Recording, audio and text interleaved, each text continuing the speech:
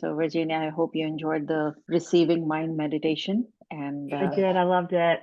yeah, so this is one way for us, especially us women, we are all over physically, if not physically, mentally, we are all over the place and all over the world. We feel that if we are not thinking, things are not moving, right? Everybody agree to that? Yes. So, yeah. So, Yeah. so welcome once again, and thank you for sharing your expertise with program moms in our program. And what the topic we are going to be talking about is so critical for what we are doing in our program. And we personally believe that no matter how much we work and do, telling the story and telling it in the right way is the most important skill to learn. And that's what we are going to be talking about. And before we start on the topic, it will be nice if you take a minute or so to talk about your journey, how you started, and your career pivot. That is what we all are doing here. Either you're relaunching or transitioning, but your pivot story will be great to everybody to get on the page.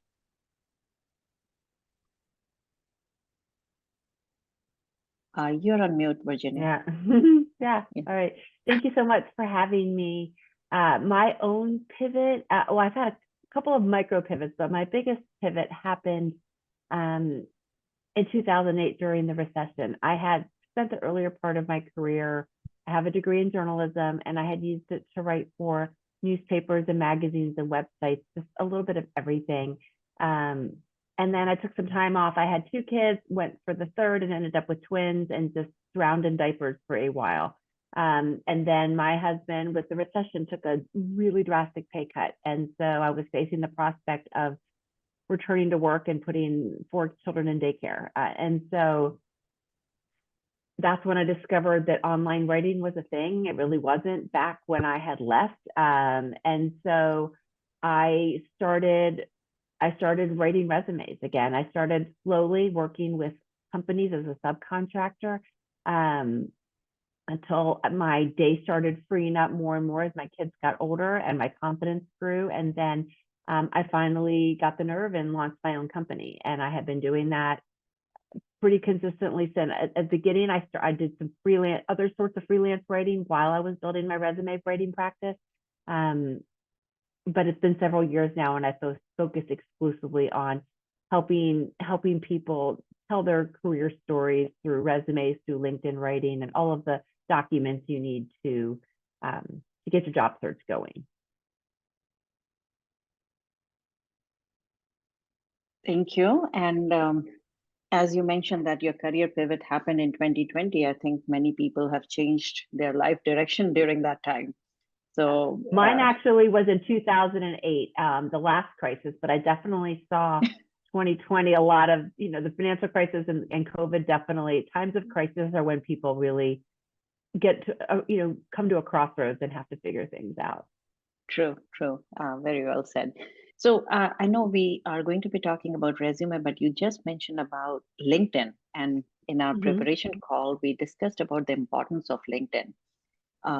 So how LinkedIn is tied to resumes, and we can import the work that we are doing in our resume. So can you take a little bit more detail points to cover what and how to use LinkedIn? It's the professional network. That's all we teach here. So if you could just focus on that. Yeah, if you had asked me 10 years ago, do you need a LinkedIn profile? I would have said just having one puts you head and shoulders above everyone else.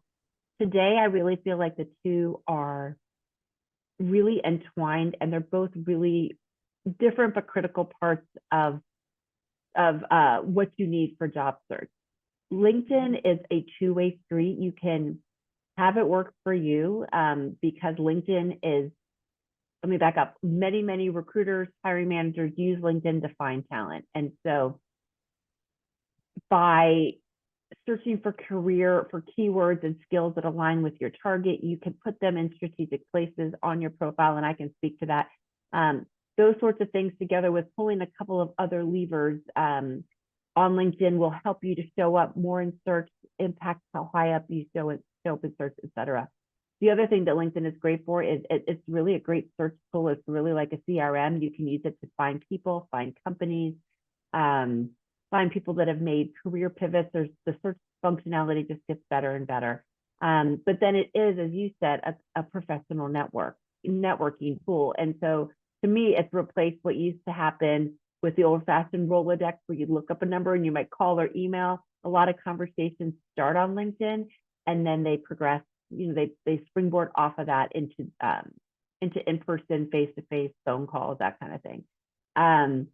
What happens today is that it's sort of circular. If you send your resume to someone, whether it's networking or applying online, the first thing that person's going to do is probably pass it along, and then you or those other people are going to Google you. And the first thing that usually pops up in Google is your LinkedIn.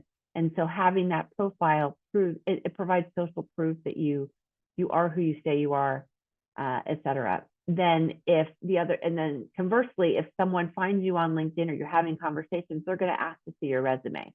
So they sort of work in a circular fashion that way. So for that reason, I really feel like it behooves you to have both. They should not be a cut and paste of each other, and I can get into all those details later. But they complement each other.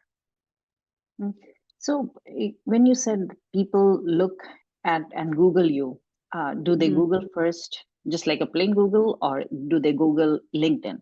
Do they go in LinkedIn and look at it? Yeah. Can you clarify that? Yeah. Well, try it with your own name. For most people, unless they have a name of like a movie star or a more common name, the first thing that often pops up is your social media profile. And so I always say, work that to your advantage. Make your private ones, your personal ones private, but make this one public, and allow people to see what your professional brand is. So it definitely shows up in Google, but then also people are on LinkedIn, and they are searching for you within LinkedIn. Okay, sorry for my right. puppy barking, but also, can you share about some of the tips for LinkedIn engagement on LinkedIn, and how can it result in getting their resumes more visible? Getting their profiles more visible, sure. So I always say LinkedIn is like a needy boyfriend, girlfriend, spouse, partner. The more you pay attention to it, the happier the platform is. And this is the same in all of the profiles. It can be all of the social media platforms, but in terms of LinkedIn, there are a couple of levers that you can pull to make the profile happy, and in turn, it will help your profile to show up more in feeds and in search. The first thing you need to do is to have as complete a profile as possible. LinkedIn used to call it all-star status, and that means having your headline, your about section, your experience, your education, and your skills. So those 5 sections, when you have those complete, the platform's happy. If you have more than 500 connections, that's sort of the threshold by which the algorithm will consider you in search. Then the extra things you can do: accepting connections, responding to instant, the DMs or the things in your inbox, reaching out to people even behind the scenes. Those are all things. And then the next level stuff you can do is, if you have a job target, use the search filters to see. You can search by post, and you can see who are the thought leaders in your industry or your job function that are publicly engaging on topics of interest. And just by commenting, spending 5 minutes in the morning, 5 minutes in the evening commenting, that elevates your profile on feeds and in search. And then the thing that 1% of people do, that it takes some work, but it does pay off in the long run, is to share content. You don't need to be an influencer, but if you share 3 articles a week, you might only get 4 likes, but there are lurkers, the impressions, all of the behind the scenes social media stuff comes into play. And that whole thing will help your profile work for you. All great points. I mean, I love the analogy of your needy boyfriend, right? Like, pay attention to me. Earlier, I had heard a statement called "the social media is a hungry monster for your data." Now it's much better to say it's a needy boyfriend. Okay. Yeah, there you go. I don't know. Yeah. They're both politically incorrect. So yeah. Yeah, the key is engagement. Right. So we even tell them that if the projects that you're working on, just show and ask questions. Just say, hey, I need this help. Somebody will come and help. or showcase what we do. We in Mom Relaunch, we also have a weekly project showcase that we work here. So we wanted to show that, tell them to go ahead and showcase. So I'm going to talk just one more question and because this is Sure. a lot of people here, they want to ask questions directly. Yeah. How would you look into the resume and say, if a person is looking at the resume, what are the most impactful things that they're looking for? Just can you guide us, like, if I have 2 seconds, 20 seconds, Yeah. or 2 minutes, what should be highlighted? Okay. So I always like to use the analogy of how people read the news when they are in a rush, because how people read in a hurry when they're looking to see what's going on in the world is the exact same way they look at our resumes. Think about whether you open up Twitter or X or a news site. What you do is you scan headlines. And then if the headline interests you, you'll read the first couple of lines right after that, which in journalism, they call that the lead paragraph. Those two sections are really critical because they tell you what the story is going to be about and they tell you what you want to come back to when you have more time. By bringing a headline and then in resumes, they call it a brief summary section into your profile, you're setting the stage for the reader. So the first thing you need to have is a headline that says, I am targeting this role. And you can customize it based on the role that you're targeting or the industry. You can add and subtract words. The paragraph that follows needs to contain must-have requirements from job postings of interest and blend it with a couple of details about you. That way, if the reader looks at nothing else except for that headline and that paragraph, just like they do when they're scanning the news, they know what you're targeting, why it makes sense that you're a good fit, and then they also know one or two things about you that will make you memorable. What you don't want to do is describe yourself with a bunch of adjectives in that profile. So you don't want to say, 20 plus years of experience, season, results driven, blah, blah, blah. Then you need to go to your experience section, and that needs to be reverse chronological, starting with current, focus primarily on the last 10, maybe 15 years, depending on how senior of a role you're targeting. And what you want to do is ask yourself, what do things look like when I got to a role? What do things look like as I left? What was my contributions to moving the needle from point A to point B? And what is the impact of that? The answer to those questions are what will form the bullets that you use in your resume. So you're not going to list a bunch of responsibilities.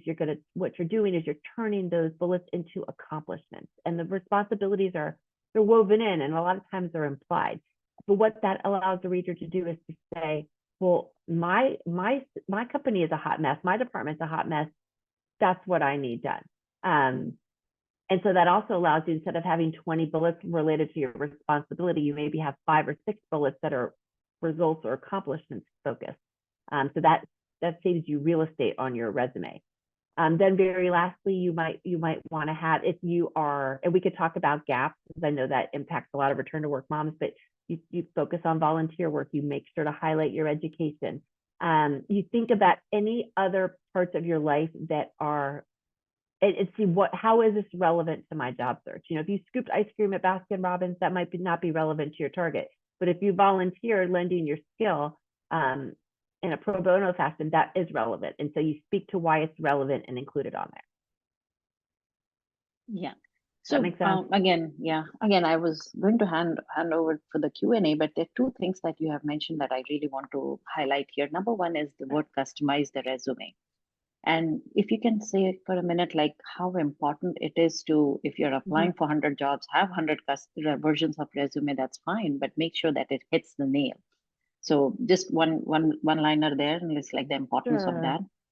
Yeah, so number one, I am not a fan of applying online as your first point of entry. I do believe there's more, and that's a whole other discussion we could talk about. But when you have to upload your resume, the closer to the job target, the better. And so the areas where you could do quick customization, slap on a headline that aligns with that job target. Boom, the reader looks at it and goes, oh, that's what I'm looking for, because that's the name on the job posting. Then if you have a small skills list, you can, with LinkedIn, they actually list the skills right there, top 10 skills. You can put those on there. You can go down to the bottom of the job posting and look at the must-have requirements. Often skills lie there. So tweak it, that section. And then the other thing I always tell people is if you've got 5 bullets, the skim reader will probably just look at the very first one. And then if they happen to have extra time, they tend to jump down to the bottom. They don't read first, second, third, fourth. So put your most impactful bullet as it relates to that job at the top, and the one that's secondarily impactful at the bottom. And to me, that is the best way to customize.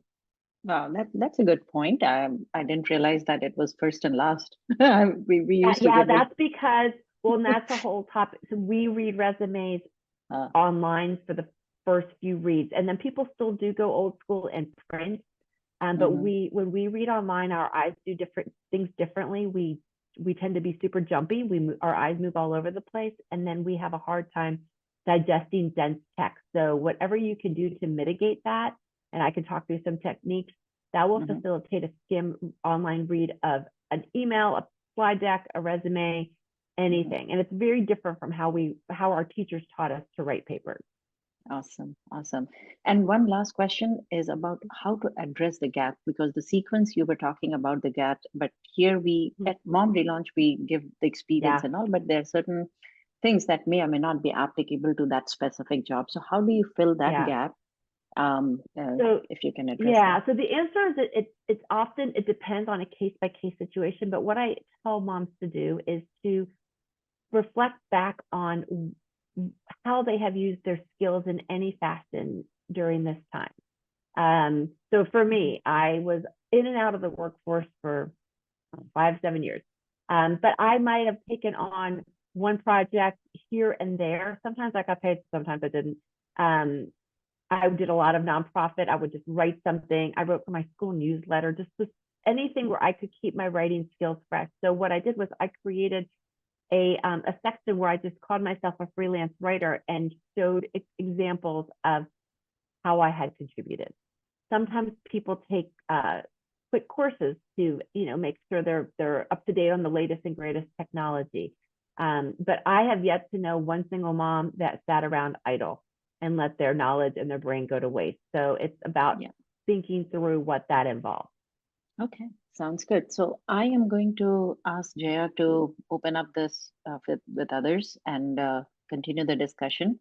And Virginia, I hope I'm not putting you on the spot, but hope if and when possible, you can offer your services to moms in a program. Of course, they can work directly with you, but we would love to welcome you for doing a little bit more extensive workshop, that maybe an hour or 2 hours workshop that people can do and learn from you. But again, it's all up to you, your availability. Let us know. Return to work moms are near and dear to my heart, so I would be happy to do something like that. Perfect. So Jaya will follow up. And guys, whenever we have a workshop, please don't miss it. Again, I learned a lot just in listening to her. So hopefully I will also join the call and workshop with you. So hopefully, Jaya, it's all for you to continue the discussion. Great, thank you. So I know we have some questions from Mom Relaunch members, and if any other members in the audience have any questions, please add it to our chat or feel free to ask Virginia. Looks like Nargis raised her hand, so go ahead, Nargis, you're the first one.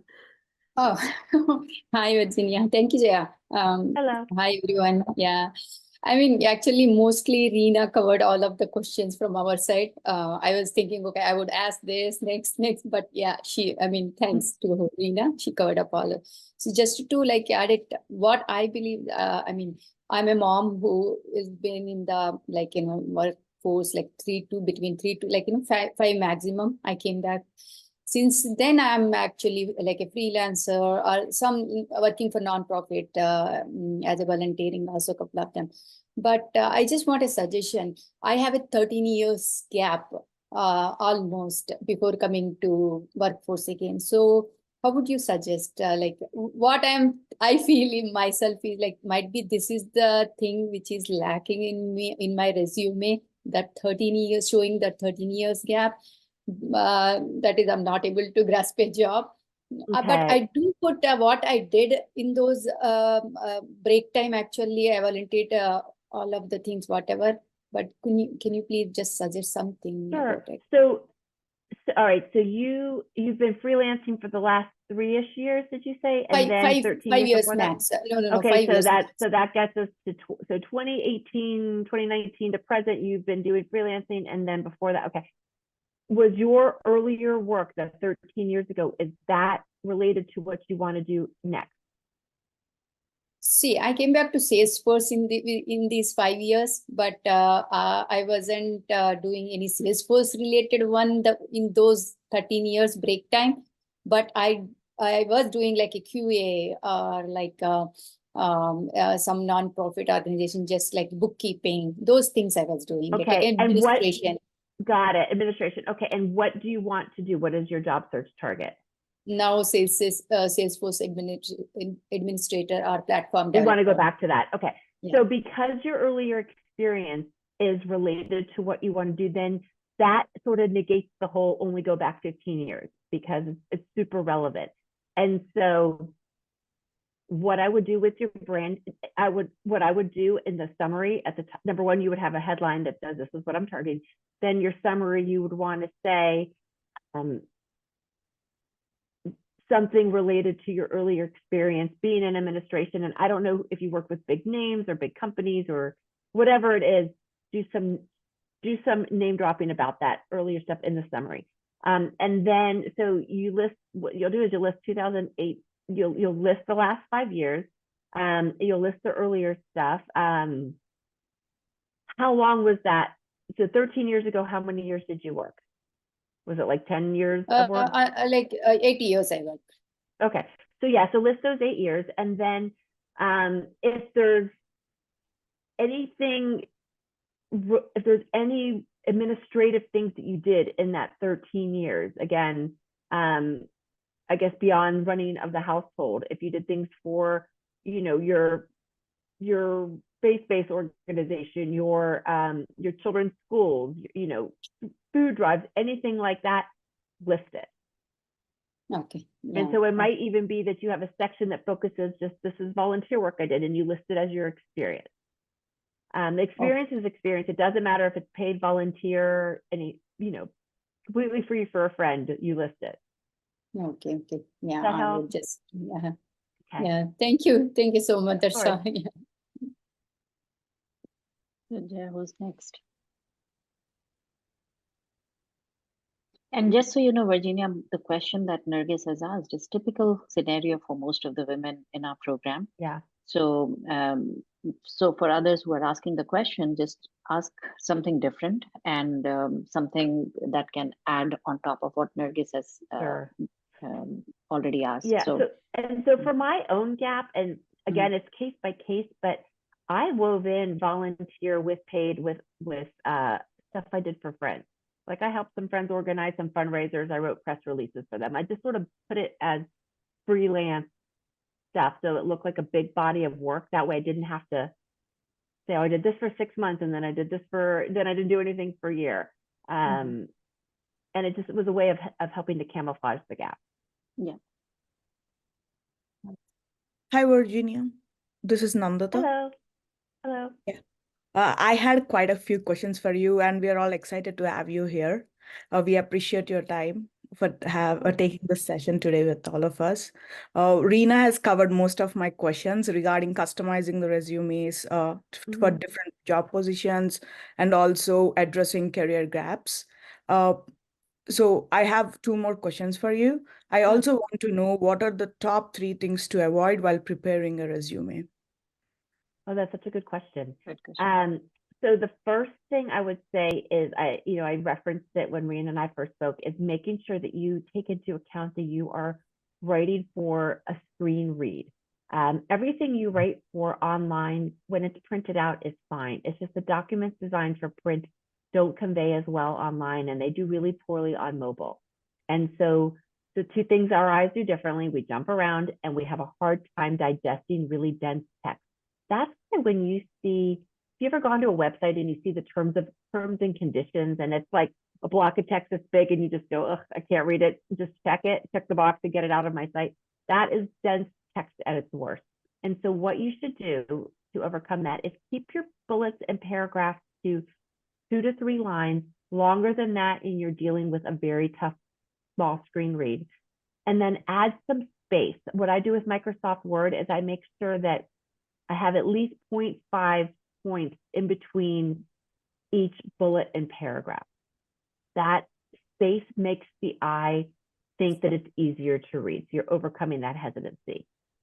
Recognizing that we jump around, there's a couple of things I do. I already mentioned the bullet order piece. The other thing that's important is that to front load whatever you're writing, which means you put the good stuff at the beginning, because skim readers don't always read to the end of the sentence. They start and then they go somewhere else. So as an example, let's say you launched a strategy and you grew your revenues 30% in 2 years.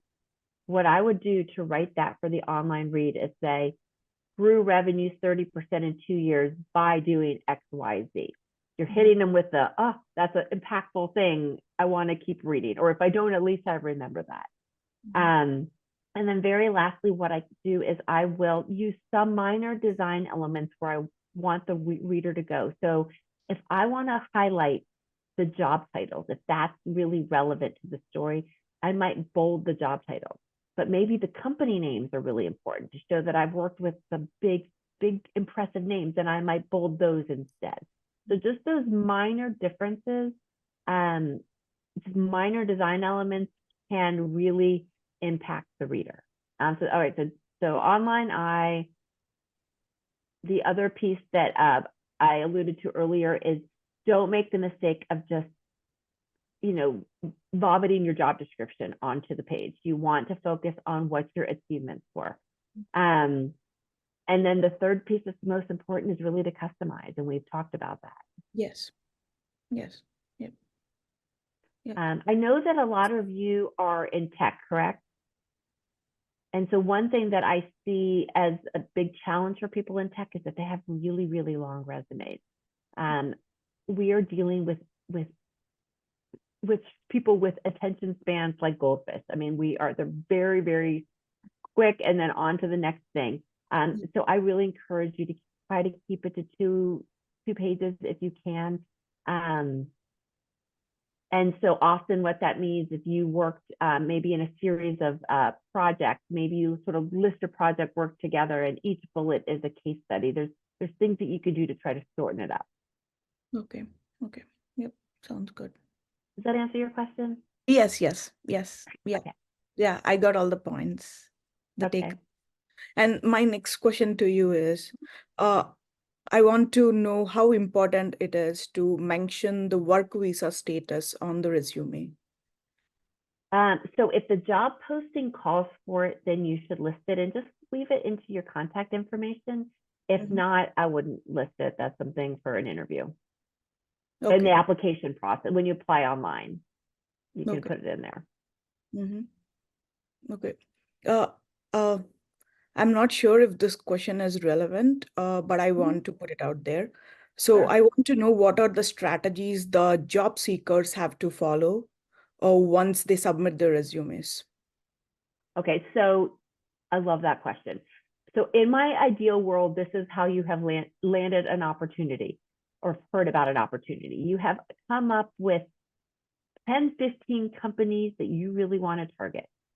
And then you reverse engineer, you use LinkedIn search filters to say, who do I know or who do I need to know? See if you can figure out commonalities. And every time you have spoken with, if you just have informational interviews where you're asking, how did you land here? What's it like here?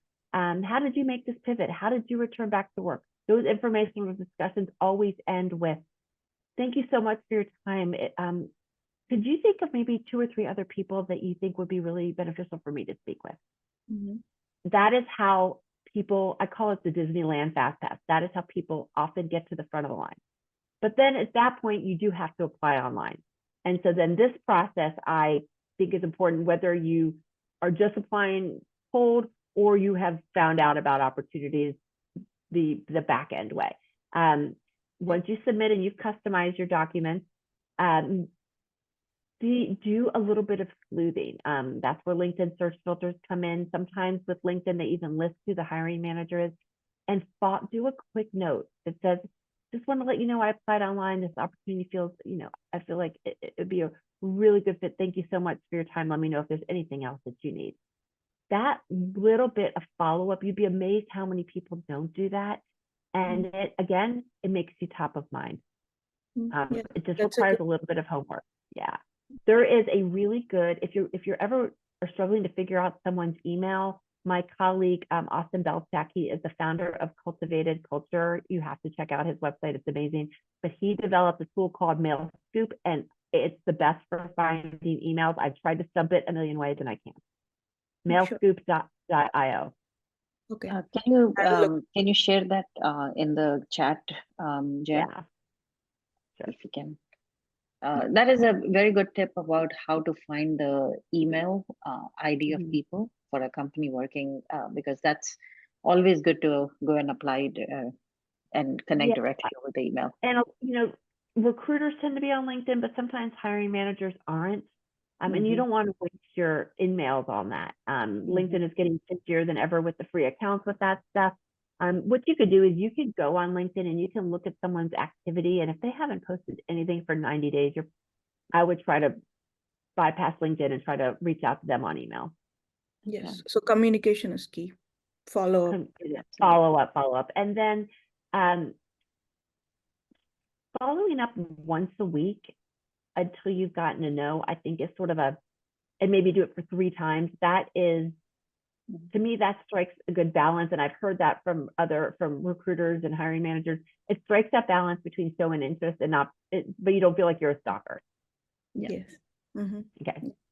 Thank you so Good much. analysis. I was just going to ask you, is like, what is that frequency? So once a week, at least three 3 times. times. Yeah. And then if you have gotten an interview and you're waiting to hear, make sure to ask try to see what you could do to get some transparency, ask what are next steps, what are the next deadlines, and then follow up according to those deadlines. But then if you worry that you are getting ghosted, that rule of 3 once a week, I think is helpful. The other advice that I have heard that I have seen work well is to alternate. So maybe you do email once, then if you have a voicemail a second time, and then the third time try on DM. So you're alternating how you're putting some pressure. Yes. Okay. Yep. Sounds good. Thank you so much. And of course. Great. So Aditi has the next question. Go ahead, Aditi. Hi, Virginia. Thank you for all your Hello. inputs. Hello. I have a question regarding a cover letter. Like I had made a cover letter. I went on Google and checked out for some templates. But how important is a cover letter and what should be included in a cover letter? Okay. So the truth is that some people love cover letters, some people hate them, and you don't know who you're dealing with, right? It seems to me from anecdotal polls and that I have seen on all social media, I would say they probably get thrown out 2/3 to half the time. But when they're well written and you get that person who loves them, they can really make an impact. When I feel like you absolutely need to err on the side of having a cover letter is if there is a potential elephant in the room. Like, why have I not worked for 10 years?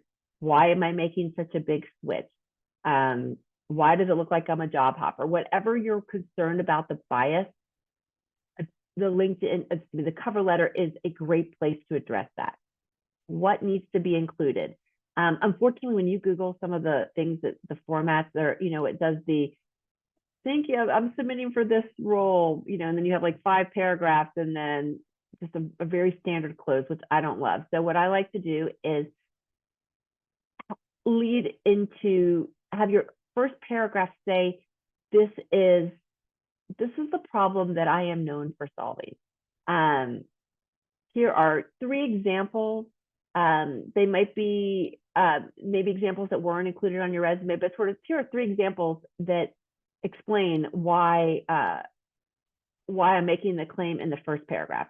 And then your follow-up is, if you're looking for someone who brings these skills to the table, please consider me a really good fit.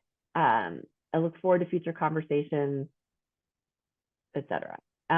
Where you address the elephant in the room is in that bottom paragraph, the paragraph before that closing paragraph. Okay, thank you. Just one more question. Mm-hmm. I'm also coming from a career gap of almost 13 years before I joined Relaunch organization. So like making a cover letter, many of the organization do ask for a cover letter. Is it recommendable to attach the same cover letter with your resumes, or do we need to have custom built for like uh, different roles that you apply for? Yeah. So if the job posting asks for it, you do need to submit it because that will get you tossed out in a lot of cases. So you could do one of two things. If you're applying online, you can attach it as like the first page of your resume and then attach it that way. I would customize it. And maybe if, again, the answer is it depends, but if there's a specific connection to the company or the industry that you want to call out, the people who actually like reading resumes love to see that, right? What else can I say? I mean, I guess that's pretty much it. If you're submitting it via email, you can have the cover letter be in the body of your text the body of your email, and then attach your resume. But keep the online writing principles in mind when you're writing that. I've seen so many cover letters where you have big 5 to 7 line paragraphs, and they're just hard to read. And people are in a rush, you run the risk that they'll skip it. Good. Thank you, Virginia. Yeah, of course. Yeah. ChatGPT is sometimes they spew some of that same stuff, but I do feel like if you're having writer's block, it's a good starting point. So I've taken some job postings and then said, write a cover letter for this. And then I'll take that and try to pare down the sentences and then follow the principles that I said to morph it together. Great. So I have another question by another member, and she asks, what are some strategies for optimizing a resume for application tracking systems and ensuring that it is easily parsed by these systems? Yeah. Okay, so that's a common question that I get. It sounds like you get it, but in case anyone gets confused, a lot of people think that ATS is the system that is the gatekeeper and can kick your resume out, and that is not the case. ATS is a filing system that got put into place when when anyone could be able to apply online to a job, and hiring organizations were overwhelmed. So all it does is it parses and identifies keywords and things like that for filing purposes. ATS often has knockout questions, and knockout questions are things that the hiring manager or the recruiter can program into the system. So when you go to a job posting and you scroll down, and oftentimes you'll see must have these things, and then these things are nice to have.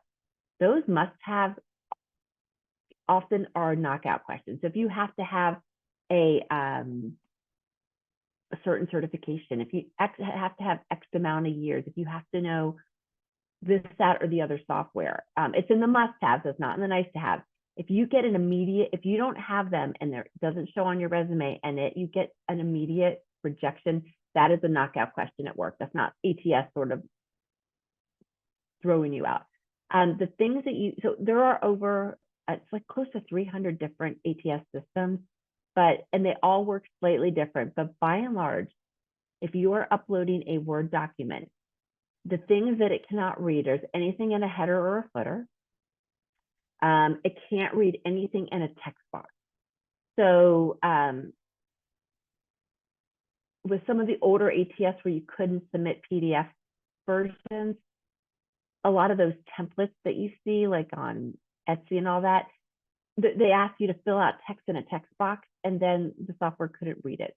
AI is helping. There's a lot of they are evolving, so that isn't as much of a problem. But to play it safe, I make sure nothing in the header, in the footer, nothing in a text box. Or if I do have something in a text box, like maybe I'll have a graph or something like that, I'm getting super fancy, I make sure that whatever I'm featuring visually, I also weave into the text.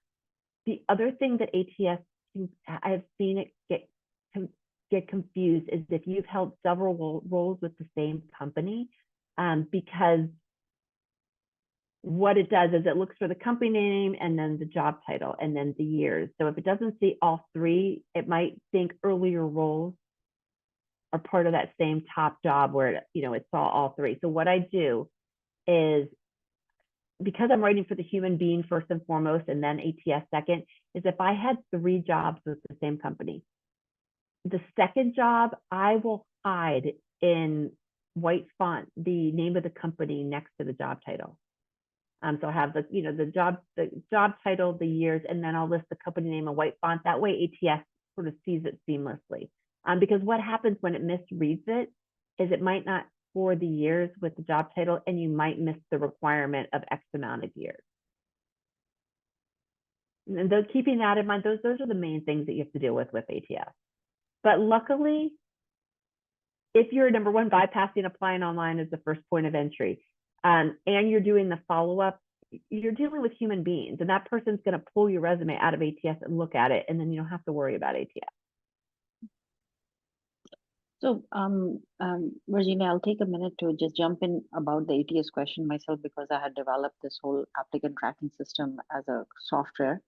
I think what she meant to say is how the ATS prioritize, not actually kick out. All the ATSs scores the resume based on the job title, based on how the match is. So for all of you to think about the word that Virginia mentioned, customization of your resume as per the job requirement is the best way to so-called get the high scoring. Of course, you can't make up your experience level, but making sure you use the right keywords, because no matter how much the AI comes in, everyone is still text dependent. That text dependency, and with AI now parsing every kind of resume, they are not even parsing the resume, but they are also looking at your social media profile. They're scoring, they're sensing there's a tool. There are tools in the market that actually analyzes each and every digital presence of you, right? So everything gets scored in ATS along with your resume. So the best way is to keep in mind that how closely my resume is aligned, no matter where you're applying, to align with the job description. So whether it is through manual or whether it is there. So Virginia, I just took a minute to re-emphasize on this. Although I have seen my clients, when a job posting is broken down by nice to have, need to have, must have, if my clients have 100% of the must have and 70 to 80% of the nice to have, they do well, especially when they bypass applying online as that sole or first point of entry. I can't tell you how many people got in before the posting even came out because they were in conversations, and so then they're pre-qualified. My husband he had gotten an offer last year with a Fortune 500 bank. It got all the way to the end, and then they said, "Oh gosh, you didn't apply online." It happens a lot, and so I always tell people, try to spend 80% of your time forging connections and relationships and 20% on the job boards. And when a job posting comes out, do that extra homework to customize, follow up, and apply right away within the first 72 hours. So remember that 80-20 rule that applies everywhere. So the personal connection, the referrals, warm referrals, everything works beyond what you write in your resume. So thank you for and then emphasizing the smaller companies are often in a position. The networking piece often, I think, is sometimes a little easier when you go to the next level companies, like not the FANG, because they don't have the big bureaucracies at play. True. Since you use the word networking, most of the moms in our program are stay-at-home moms who are working. They don't go to networking events as much as we want them to go. So any tips on networking on LinkedIn? What is specifically on that? I know we are kind of digressing a little bit, but it will be since it's important.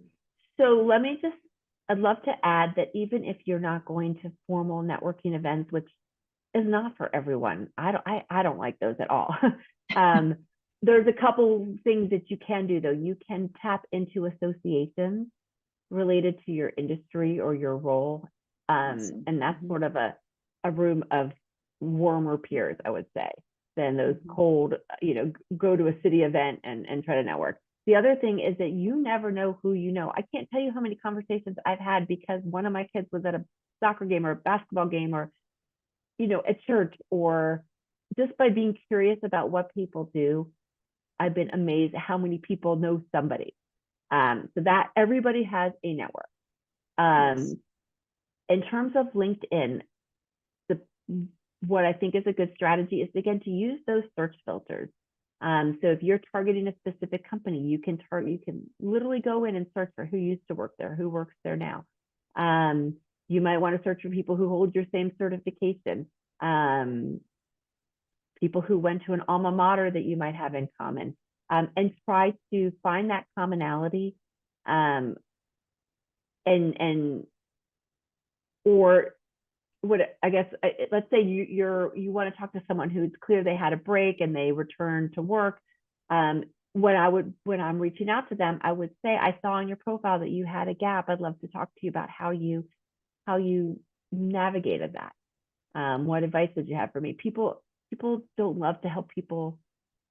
No, people don't respond well to, hey, can you get me a job? But they are more than welcome, or they're happy to lend advice. Well, not everyone is, but all you need is one person to lend you advice. And then if they give you 3 names, then hopefully one of those 3 will give you advice, and continue it that way. Yeah, well said. All right. Well, Ashwini has a question. Yeah, I just want to add to the point what Virginia was telling. It is like just what happened with me yesterday. I was in the playground with my kid in the school, and I was talking with one of the moms. She was, and just discussion came up with us. She is part of the startup, and she wanted some help. And I got to know that my skills are little relevant. It's not a done job, and it's like just I got some information, and she arranged one interview for next week, and it might be volunteering because their startup have a little setup, and but I will get some experience if I clear the interviews.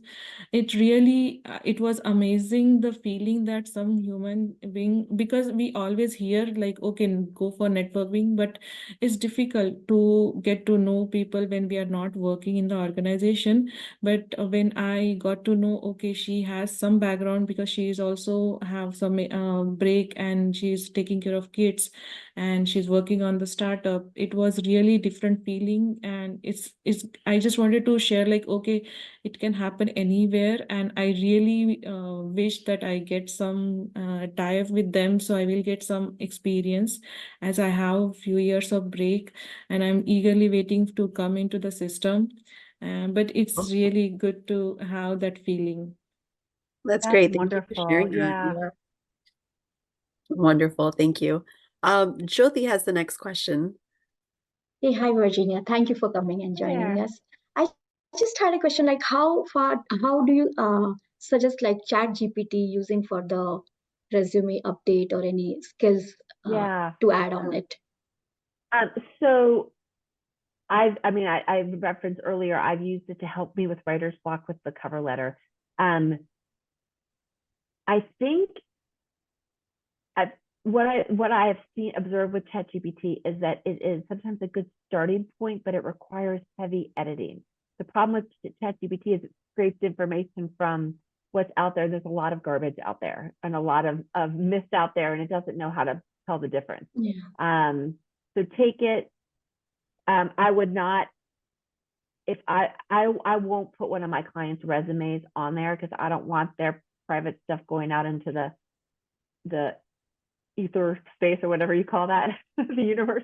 But just keep in mind that it's a starting point that requires heavy editing. I've heard good things about Teal, Teal. Let me write that in there, about their resume building tool. Put it in there. But my problem with a lot of those tools is that sometimes when we're so close to our own story, it's hard to figure out what to put in there. So if you don't know what to put in there, even if you're putting in stuff that's not relevant, it might sound better, but it's still not relevant. So I would consider, like, there's job search clubs, there's other things where you can, there's resume writers like me, and there's people with different price points, and I'm happy to share some resources to find writers. But sometimes talking to someone to pull out what's relevant about your career is there's a lot of value in that. And then you know what to put in there, and then you can go off and write it. Yeah, someone wrote effective prompts. Yeah, the more prompts, the better. Yeah. The teal.com is not working. Am I right? Yeah. Maybe it's teal on me. It is.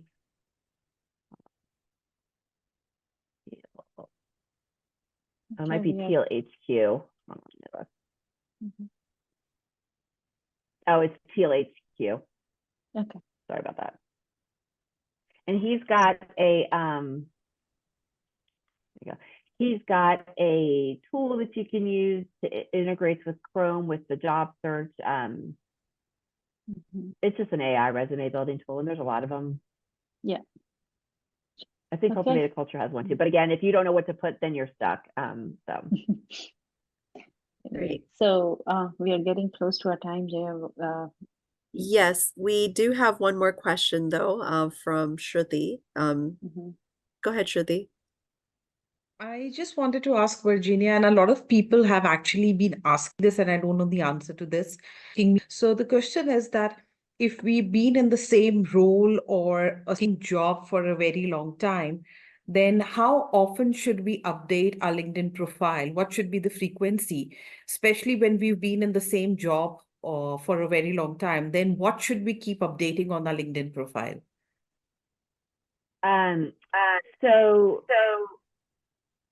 Oh, sorry, I think I was echoing. If the role changes, most people's roles, you take on more responsibility, you shave off certain responsibilities, you learn a new skill and you apply it. If it changes, update it. But LinkedIn really, in terms of the algorithm, it measures activity. So even if your profile actually remains static, you could still be engaging and doing things on LinkedIn that will make the algorithm happy. I haven't changed my LinkedIn profile wording except for to say I'm out of office in a while, but my profile keeps showing up because I'm doing all that other stuff. Same with your resume. It's funny because being a job hopper is a concern, but then being in a role for a very long time is also a concern. So I always just think about, again, how did that role evolve, and speak to that.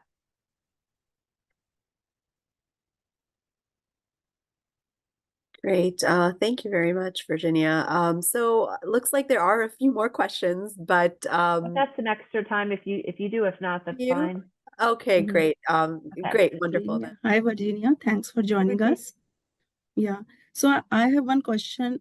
As we are talking about building our profile, LinkedIn profile, and as we know nowadays, most of the platforms, they are offering certifications about soft skills. My question is regarding soft skill, and even LinkedIn provides that. So we do so much of certifications, and obviously we cannot put all those things into our resumes, but we post those in our feed, in our LinkedIn profile feed. So how much weightage does it gives? Like, does the recruiter sees, like, they give any weightage to those certifications? Like, are you talking about like LinkedIn certifications that you can do? Yeah, I'm asking about like the project management certifications, leadership certifications, and all. Okay. Yeah. So it depends on your target. If you are targeting a project role and you do a project certification, that's certainly aligned. If you want to highlight that if your resume is all about how you are great at building and turning around teams, and then you get a leadership certification, then that does carry weight. Of course, you're going to find people where it doesn't, but LinkedIn's happy that you're taking the time to use their stuff. So that's going to help your profile just on the engagement front. But again, it's all about alignment. In terms of so it's funny. I don't feel like project management is a soft skill. I was thinking more like communications and, multitasking and those sorts of things.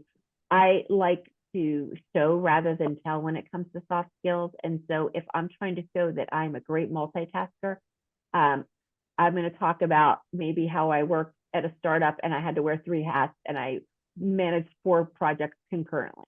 By saying those things, then you're showing that you can multitask versus having to describe yourself with that adjective. Okay. Yeah. Thank you. Actually, in my case, I have experience in SAP and 7 years of gap, 6 years of experience, and I have skills for data analyst. I did multiple portfolio projects and trainings, everything. But when I apply for the job, the portals ask like only what is the experience, what is the education, and what are the skills. There is no section for the projects or any area where we can specify our portfolio. And when we provide the link, it is like if they go to the link, they will get to know about the portfolio like GitHub and everything. But like, can we mention our projects in the experience section? Like, okay, because we are working on that. It's the time we are spending, experience we are gaining. So is there a section where we can specify the projects other than the project section? So the project, are you talking about the project? Are you talking about LinkedIn or are you talking about applying online to a company's portal? Applying online on the company portal. The project, it's in LinkedIn, in featured section, I added projects, but in the portfolio, project job application portals. So I don't see what, so when someone does several projects, I group them together and say enlisted as an experience. That way it goes in there. When are you talking about maybe projects you did while you were earning a certification? Like, I'm trying to think, why wouldn't those projects be tied to your experience? Yeah, so I have a gap. Like last 3 months, I got my work permit, but before that, for 1 year, I was upskilling my skills and working on the projects. So that duration, those projects. Okay, so this is what I would do. So let's say you were cementing your SAP experience or your machine learning experience. I would say, like my client just took an executive education program in machine learning through MIT. While he was figuring out his visa situation. So we have him listed. I wrote that he was an MIT machine learning studies candidate. And then I listed the projects that he did there. And I listed it as a job.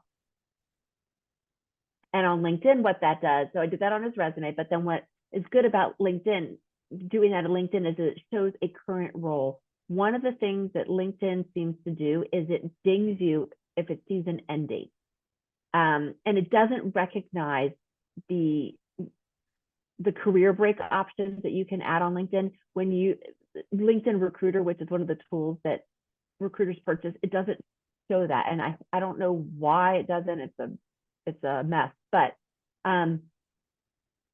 so that you're a candidate learning something and then put that information in as your current experience. That way you won't get hurt on search by appearing unemployed. Does that make sense? Like when you are adding the experience section into the LinkedIn, what should be the category? So you would say, like for this guy, I listed that he was studying. I put his company name as MIT, and then I put that he was a machine learning. I named the program that he was studying, and I wrote candidate at the end. And then in the experience, I talked about how he was, keeping his skills current during the search, that he learned this stuff, and then here were some projects that he did. I do the same when someone's, getting a degree and using that to make a pivot. I list their education candidacy as an opportunity to include it as experience. Okay. And you can do that on the resume too, and then you don't have to have a separate project section. Yes, I'll have to get more, like, correlate with my situation. Yeah. Yeah. I know, and there's never one size fits all. It's sort of, I have to know your specific situation to figure out the best strategy, but that's something to consider doing. Yeah. Okay. All Thank right. you. Good luck. Great. Well, Virginia, I just wanted to ask you for other members who, if they have any questions, is it okay for them to reach out to you on LinkedIn? Yep, absolutely. They can also send me an email. My website is the most my company name is virginiafrancoresumes.com. They can find me on there. The one thing I did want to make a plug for is the National Resume Writers Association. It is the only nonprofit that certifies and trains writers like me. The certification from there is a hard one to get. So if you ever feel like working one-on-one with someone might suit you, go and look for the certified writers there. They're good. My pricing is at the low end of the high, but there's people that have really good skills and they're earlier in their careers doing this, or like the return to work moms that are subcontracting like I did years ago, and their price points are more reasonable. So that it's the website is I'm going to put it in there, nrwa.org.